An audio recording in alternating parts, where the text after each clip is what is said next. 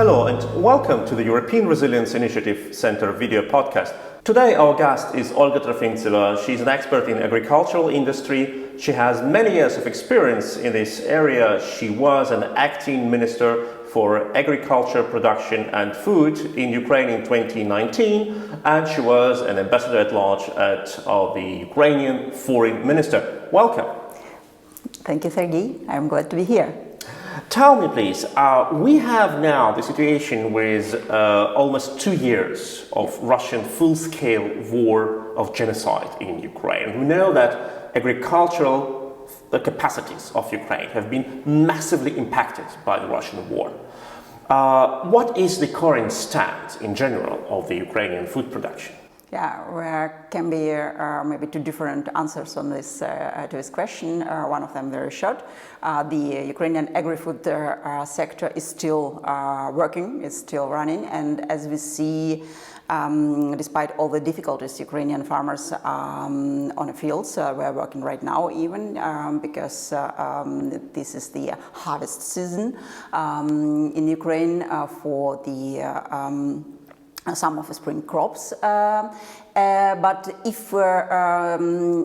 if I would describe it in a, let's say, a more complex manner, what's going on in Ukrainian agriculture, I must say that you are absolutely right. The implications and the damages for Ukrainian agricultural and food sector in Ukraine were immense since the beginning of a large-scale Russian invasion. First of all, we can start to show why it's so important, not only for Ukraine, but also for the global agri-food systems, with a couple of numbers. In pre-war economy, Ukrainian agri-food was responsible for almost 18% of the GDP, Ukrainian GDP, more than 24, even I think objectively would be said 25% of the Ukrainian population was involved in some of the agricultural or food production. And what is even more maybe important to know is that Ukrainian agri-food was responsible for more than 40 to 43% of Ukrainian earnings, currency earnings. That means that for the export revenues. This is the pre-war situation, and you can imagine if you have such a sector, there's a huge importance for the whole economy system, for the rural population, for the stability of the national currency hryvnia. It was just the immense shock for the whole economic system. Then the war started because what we've seen, and again you can see it on our numbers, on our statistics, that the agricultural exports just stopped. Since the beginning of war. It was one of the most direct implications for the Ukrainian agriculture in February of the last year, but not only, definitely. The other also very important aspect of the negative implications and negative effects of this war on Ukrainian agri-food and farmers and agricultural and food production in Ukraine is definitely the physical destroyment of the capacities, production capacities, because what we are seeing during all these long months of aggression and the active battles on the ground in the eastern part of Ukraine, in the southern eastern part of Ukraine, is that their fields are full with mines, their fields are destroyed because of their heavy armors used by Russian army, but in fact by both sides definitely. What we see, they're destroyed silos and cattle farms. And if we're talking about this side of the story, the tense millions of dollars are already lost by Ukrainian farmers, or even more. In fact, the general, by the way, numbers of the losses and damages in Ukrainian agri-food are estimated by Kyiv School of Economics, and the most recent numbers are saying that Ukrainian agri-food lost already more than $40 billion.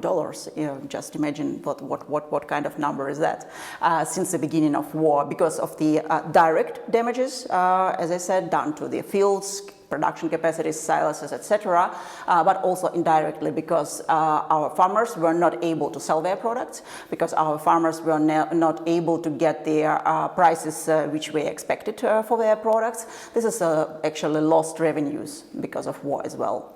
Yeah, of course, we have the most active fighting since the last year. They're taking place exactly where the highest concentration of Ukrainian agricultural production was located. Is Zaporizhia, Kherson area, etc. Like as you already mentioned, landmines are huge impact, but also the impacts with fires, with destruction. Yes. Of infrastructure, with destruction of buildings, with death of livestock, yep. With poisoning of water, and of course the people who are working there. Some of them are killed, some of them are refugees now, some of them are in the army and yep. Cannot work anymore. But what is the impact of all this destruction for the world positioning of Ukraine as one of a key supplier for food for many countries, including African countries? Yeah. First of all, I'd like to correct you a little bit, because these regions which you mentioned, Zaporizhia, Kherson, Mykolaiv, let's say, but also Donetsk, Lugansk, they're definitely important for Ukrainian agriculture, and some of them are still under occupation, as we know, but they are lucky to have the central part of Ukraine, also the some western regions or northern western regions of Ukraine, which are also very productive in sense of agriculture, and where we do see now that farmers are working quite actively. As for the global aspect, we've started with a national, let's say, meaning or the importance of Ukrainian agri-food. As for the global aspect, I think that it was even I would say, honestly, a sort of surprise for many, even experts worldwide, including European Union, by the way, that Ukraine and Ukrainian agriculture is so important for the global agri-food. Why I'm saying so? Because I was personally, definitely I had a lot of conversations with colleagues, with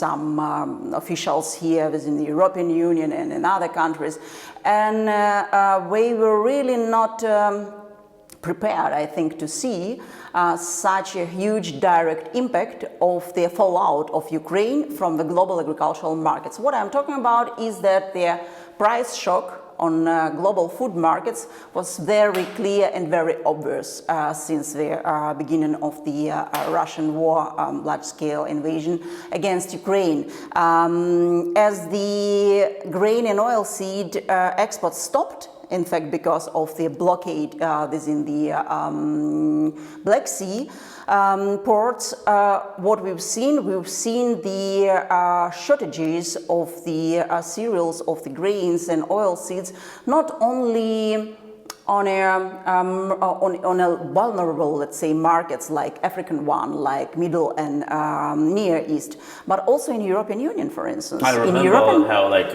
on one moment in Berlin, we suddenly had ran out of sunflower oil. Sunflower. Like there was no sunflower, exactly, and no wheat flavor. Yes, exactly. That was a case. You're absolutely right. That was one of the prominent cases, let's say, where everybody here in European Union as well, consumers here in European Union, they've seen, oh, okay, that's why Ukraine was so important for us as well. But this is only one of examples. For instance, European animal producers, they also felt the shortage of the cereals, of the grains from Ukraine, which were used as a feed for cattle, for poultry sectors, etc., including, by the way, certified organic feed and GMO-free, for instance, soybeans, etc. So there were many, let's see, parts of agri-food and different products which deficit, which shortages were very critical, in fact, then here in European Union, but also worldwide. And if we're talking about the worldwide effects, we've seen their food price surge. This in a few weeks since this war started, and in fact, the problem was that the global agri-food markets were already sort of tight even before the war, because of the COVID pandemic, because of the also not very favorable weather and climate conditions in many production regions like Argentina, like USA. And China, for instance, was buying a lot of grains worldwide. We are one of the major producers, but at the same time, we are one of the major importers of the grain.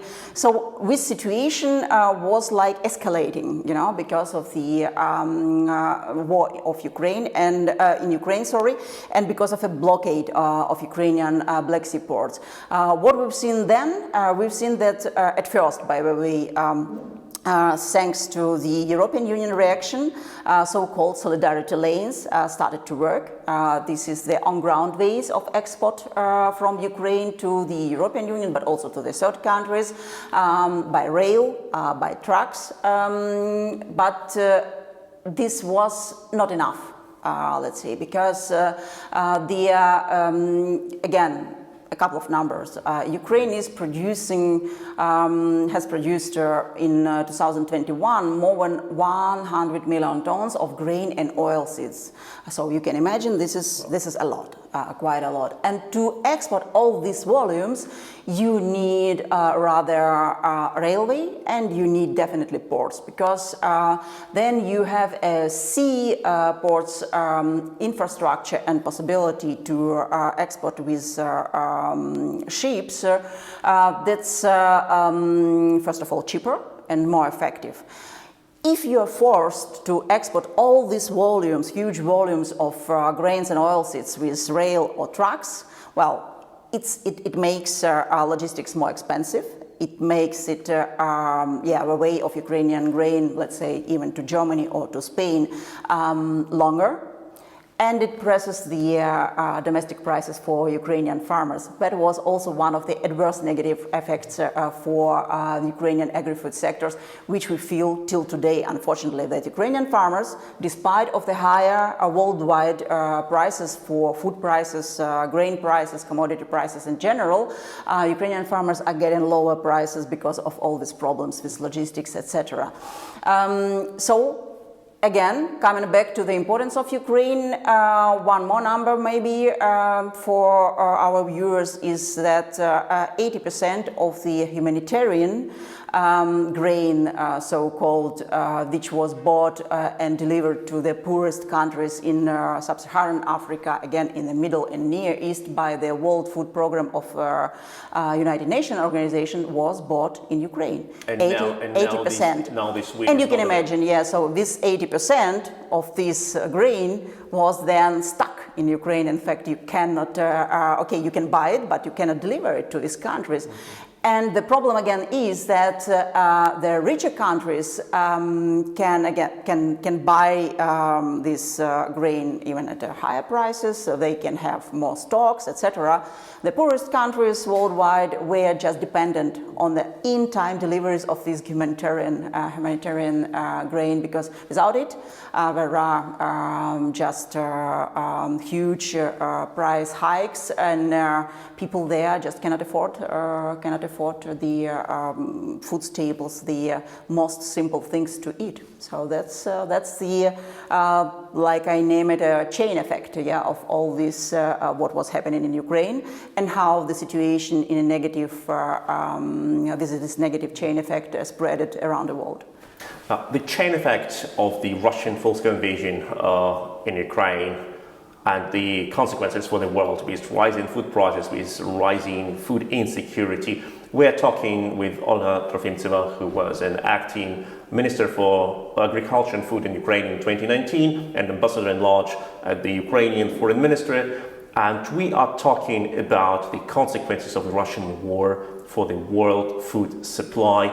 And don't forget to subscribe to this channel. Don't forget to like, to share, write your comments. We are coming further to the topic of how is the world interconnected and why is Ukraine so important for everyone in Africa, Europe, America, Asia and other parts of the world. So you have described very impressively of how the Russian invasion, Russian full-scale invasion, negatively impacted all the food supply chains. But if we come to very clear percentage of the Ukrainian export, if we take the pre-war export for 100%, how much of this export is taking place now? Well, a good question. In fact, this is the interesting situation, because what we've seen during this period of time, especially during the last year, then where so-called Black Sea Grain Initiative worked, maybe not very effectively because of the participation of the Russian side in it, and what Russians did, as we've seen, we just sabotaged it every day, and we tried to do everything that what is possible not to allow Ukrainian, let's say, exports go regularly to the. How do you look?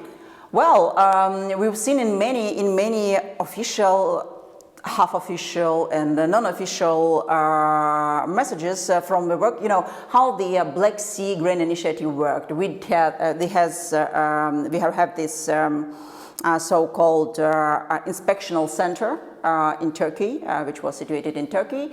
And in this inspection center, the representatives of Russia, Ukraine, and Turkey were working all together. They were inspecting all the commercial ships which were coming to Ukrainian Black Sea ports, big Odessa ports, first of all, Chernomorsk, Yuzhny, and then we were again expecting all the ships which were coming out of the ports with grain. Yeah, so because the main purpose, as Russians stated it, was to clarify that nothing of the military purpose was transported with these grain carriers. And what Russians did, as they were like a vital part of this agreement, unfortunately, and we worked in this inspection center, we were physically sabotaging our work there. For instance, we were smoking and saying, well, we have now like a working break, let's wait a little bit, and like spending a couple of hours there, a couple of hours here. So working day when the, let's say, 10 ships were waiting outside there to get into the Ukrainian Black Sea ports, the Russians were allowing only one to go, because we were too busy to smoke or to I don't know what to do what else. And as it was then clear from some information leakage from the Russian official institutions, that it was really like their intentional deeds, So that's absolutely amazing how they they said to everybody yeah, we want to cooperate within this Black Sea grain, that the grain are going to the poorest countries again, so the Ukrainian grain exports are working, but in reality it was absolutely the contrary. And they were using, in fact, this Black Sea grain initiative also, unfortunately, as an instrument for the blackmailing the world, as we've seen, because if you analyze even the news during the last year, that was almost always the situation when Russia was somehow unsatisfied with the work of this Black Sea grain initiative. That was from the very beginning. Yes. If you allow the aggressor to work on some sort of a deal to limit the impact of his own aggression, you just welcome this person to sabotage your efforts. Yeah, unfortunately, that was the case, And what we did, we just every 2 months we heard that, as our demands are not met, we won't allow any ships now go into the Ukrainian ports again and again. We were, talking about these demands which were, as it seems, were stated in some sort of memorandum between Russia and the United Nations. And here, by the way, I also would like to stress maybe additionally that Ukraine didn't sign nothing mutually with Russia, so there was no bilateral agreement between us. If I may interrupt you here, Yep. Was it in general a mistake to have this international vehicle with Russia on board, which helped Russia to legally sabotage it? Was it not a mistake? And instead, the world would should have said, we send the war vessels, what is happening now, and we'll accompany civil ships, civil cargo ships to come from ports from one country to another country without entering Russian waters, without leaving international waters. We want to keep food supply safe, and Russia may not interrupt here because it's not their Russian business. That's in fact what Ukraine is trying to do right now. Maybe you heard that Ukrainian military, it was already months ago, they gave up the statement that, okay, we are now preparing the so-called temporary Black Sea corridor, which is not exactly the same like it was within this Black Sea grain initiative, and it's closer to the Armenian, Bulgarian coast, and it works. In fact, already, as far as I know, even today there was in the news that 2 new ships, not with agricultural by the way, but with some steel products, are now moving from Odessa ports towards the Bosphor, toward the Turkish ports, with some Ukrainian products which are proposed for exports. As for your question, direct answer would be no. I think it wasn't a mistake at that point of time. Just let's go back in 2022 in the summer. The situation was very tense, and Russians were very aggressive. In fact, and as we were just very keen to open at least a very small window for Ukrainian agri-food to be exported these seaways, because the situation was really quite critical because of storage facilities shortage, and Ukraine could not store exactly. The problem was that they had in Ukraine the yield of grain from previous year even, which was not exported yet. And then, because normally it's it's around the calendar year, the work is going on every month, and it's sort of regularity there. Because of this war, in February it was stopped completely, and a lot of grains and oilseeds were just stuck somewhere in Ukraine, which was again proposed for export. And Ukrainian farmers were not prepared their storage capacities to absorb these volumes of grains.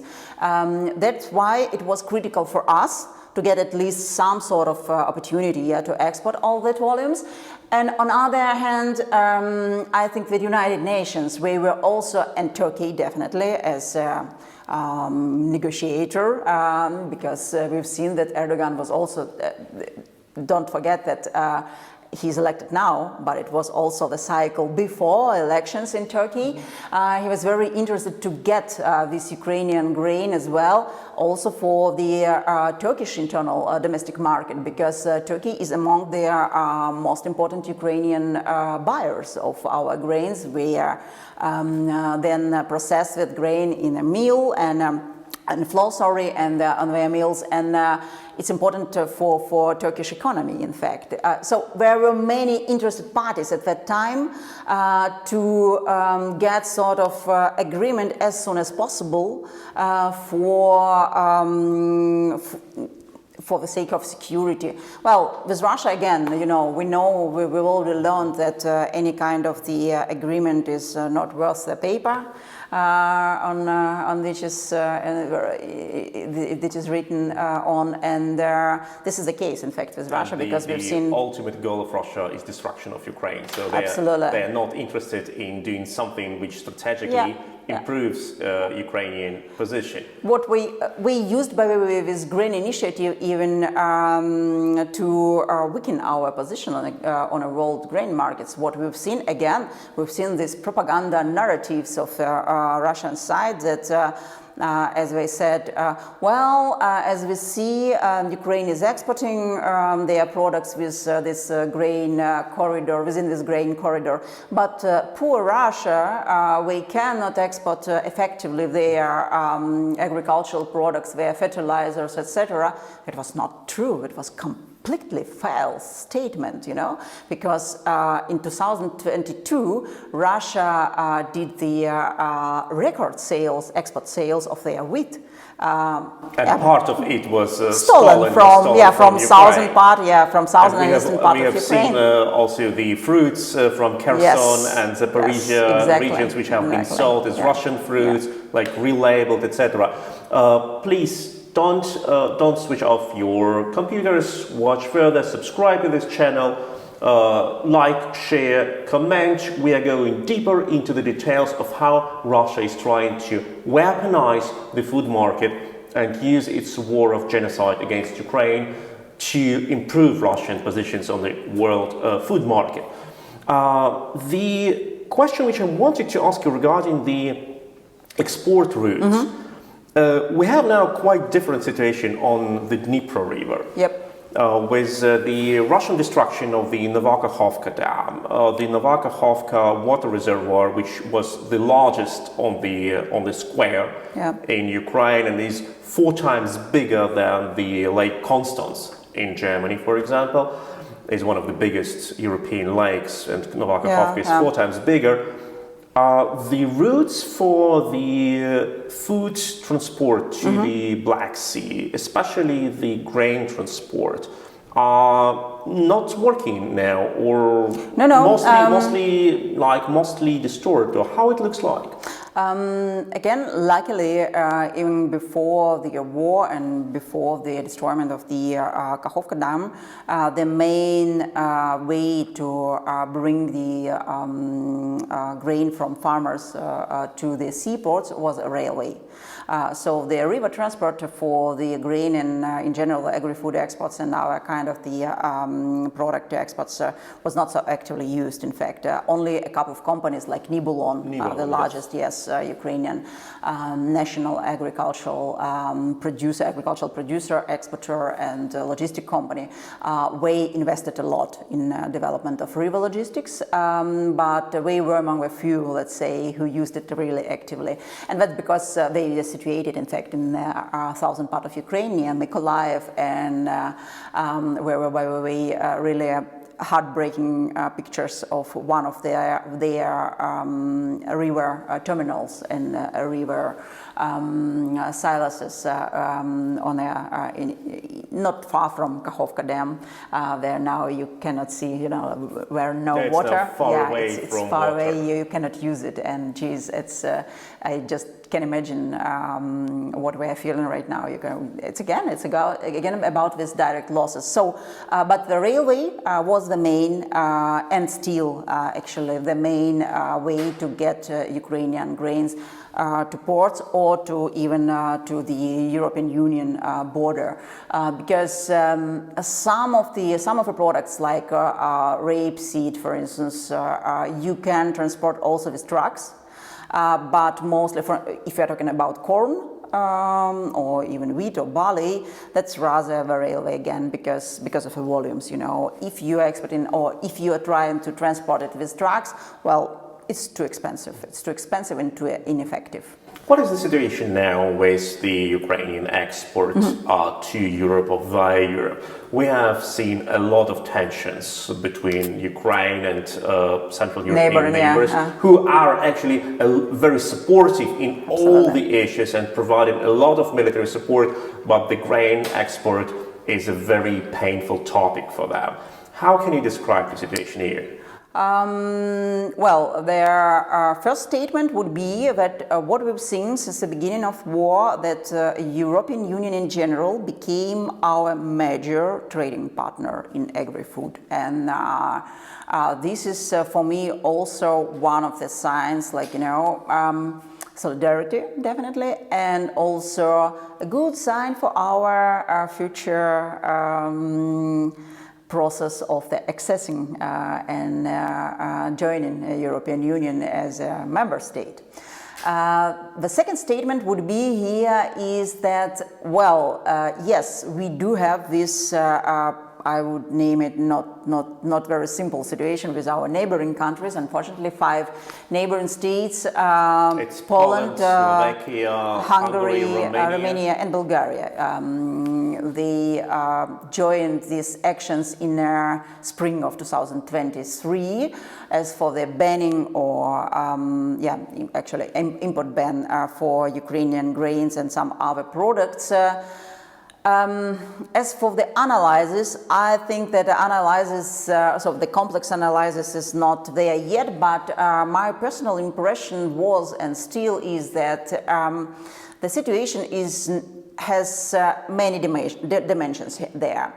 What do I mean by that is that, first of all, in case of Poland, for instance, we definitely have seen sort of populism and political because of elections, and in general, I think that the conservative political forces were we just wanted a little bit to flirt with farmers, because farmers in Poland, they are small-scale farmers mostly, and they are very powerful election power, I would say, as well, and they are very important election power for the political parties in Poland. So this is one aspect. But another aspect was also that even in a summer, if again coming back to the summer 2022, it was already clear when the solidarity lanes started to work in May, in June. Already, if I'm not mistaken, again in September of last year, we heard from Romanian farmers and Romanian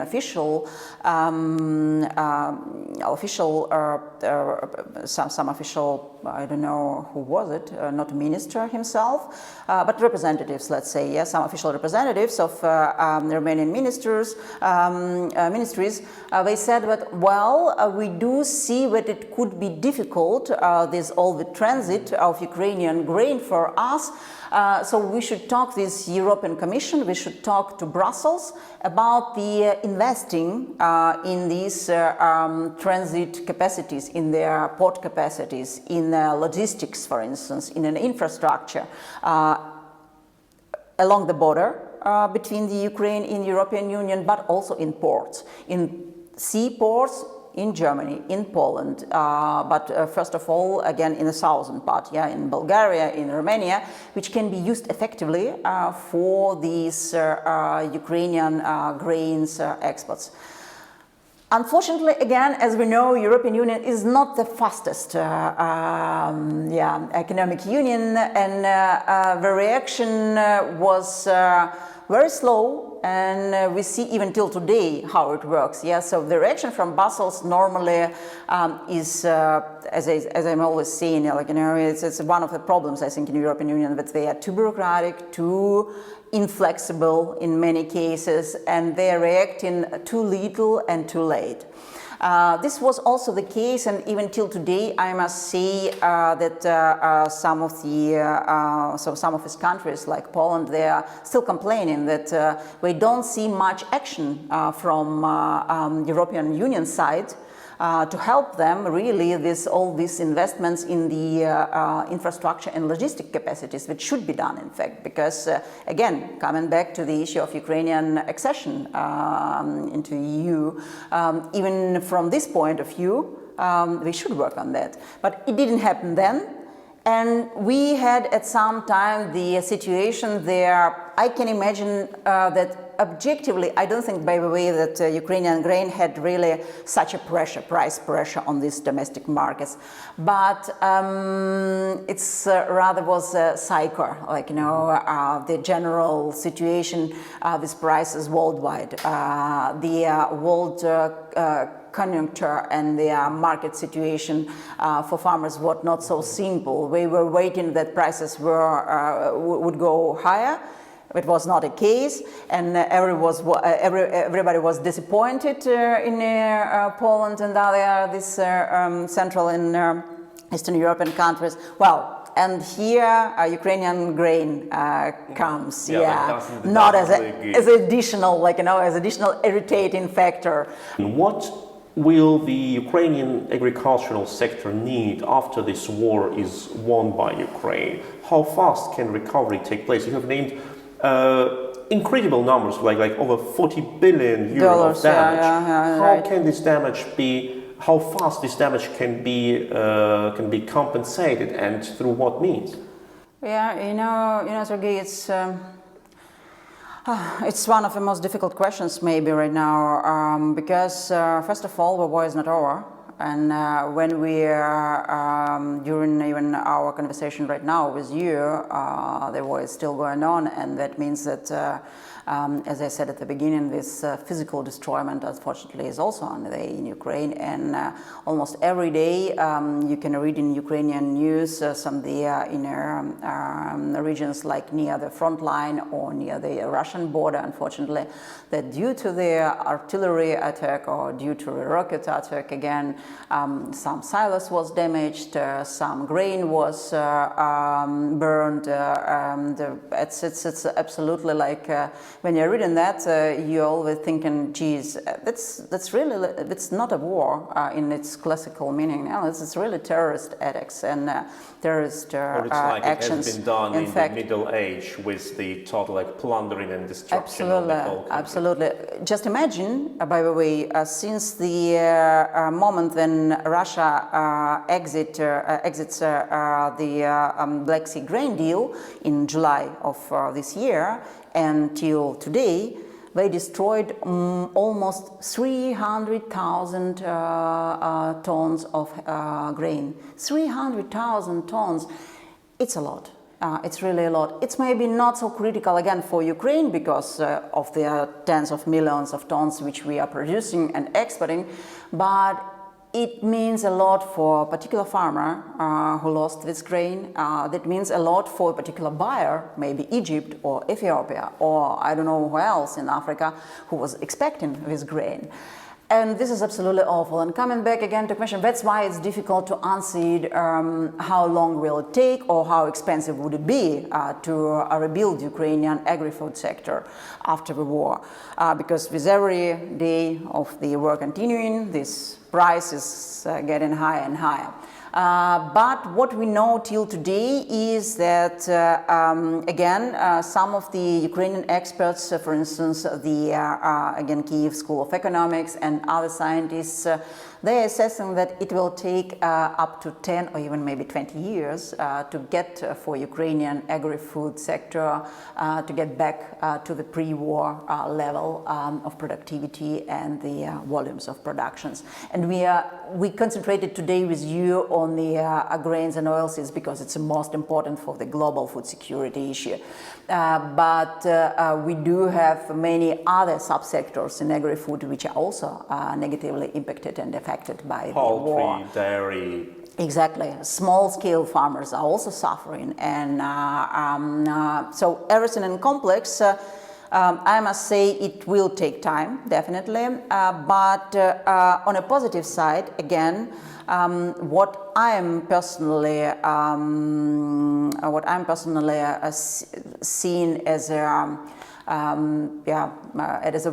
bright side, let's say, of a story is that we really should concentrate and focus on the European integration, this said, because it helps, definitely, I must say. And what is, it's also a little bit cynical maybe to say that, but you know, what I see, and I'm talking to the farmers all the time. I just came like a week ago from Ukraine and was there in Sumy region, talked to their farmers from Poltava region also. What I'm seeing that we are forced through the war and through the difficult situation caused by this war, we forced to think a little bit differently on their agribusiness model even, and this is good for Ukraine, I think. I mean, why cynically? Clearly, because it's nothing good in a war, but Ukrainian farmers, and I talked about that since years already, we should learn to be more effective, more productive, and more diversified. And, like, you know, we should not only, I don't know, focus on corn production on all their agricultural land what we have. We should learn to think really more strategically. Okay, what can I produce maybe differently? What can I produce from some unusual, I don't know, crops, and maybe even to process it together with my pals in my region, to organize a cooperative or cluster. And I know such kind of initiatives now in different regions of Ukraine, and this is a good sign, you know. So this is very, very optimistic and positive for me that even during the war, what we see is that rebuilding has already started in Ukrainian agri-food. And well, in this case, it will take, I hope at least, less than 10 years. $40 billion of damage for the Ukrainian agricultural sector caused by the Russian full-scale war of aggression and genocide. At least 20 years of reconstruction and recovery, which is needed now for the Ukrainian sector, but at the same time a clear view that this reconstruction can be done within the European Union, together with the European Union, and in the future as a member of the European Union. We have talked today with Olga Trofimtseva, who was an acting minister for agriculture and food production in Ukraine in 2019, who was an ambassador-at-large at the Foreign Ministry of Ukraine. Thank you so much for your time, and I hope to see you again. Yep.